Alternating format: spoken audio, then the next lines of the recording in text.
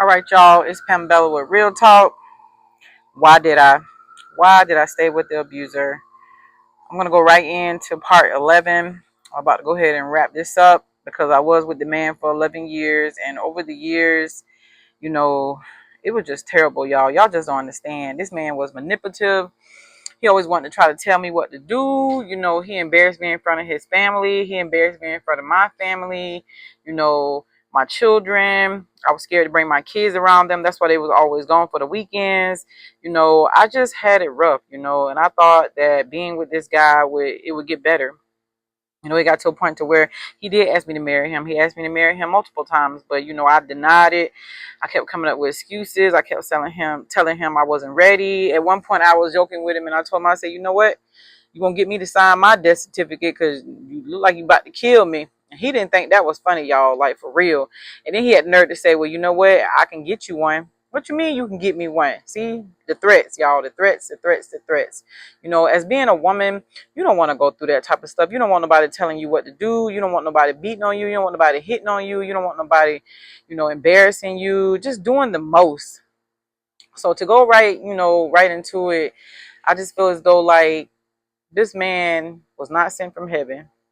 He said that he was the chosen one. He said that he was the prize. Tell you the truth, I was the prize. He just didn't know how to treat it. He unwrapped it the wrong way. And he brought the worst out of me, y'all.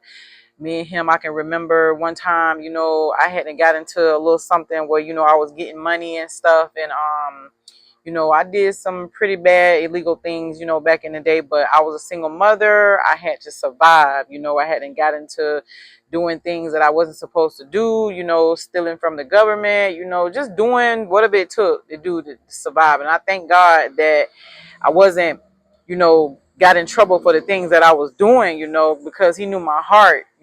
Everybody do what they got to do. When you're a single mother like that and you ain't got the fathers around to help you, and stuff like that, it's just it get hard.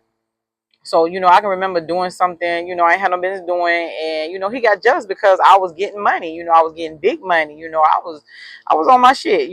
But he called the police on me, y'all. He called the police because I can remember when I first got into what I was doing, I hadn't, came out the bed with about almost $4,000, $5,000.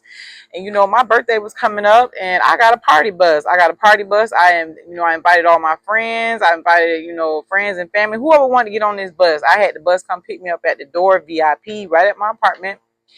And I can just remember him just getting jealous. I had to took him to the mall.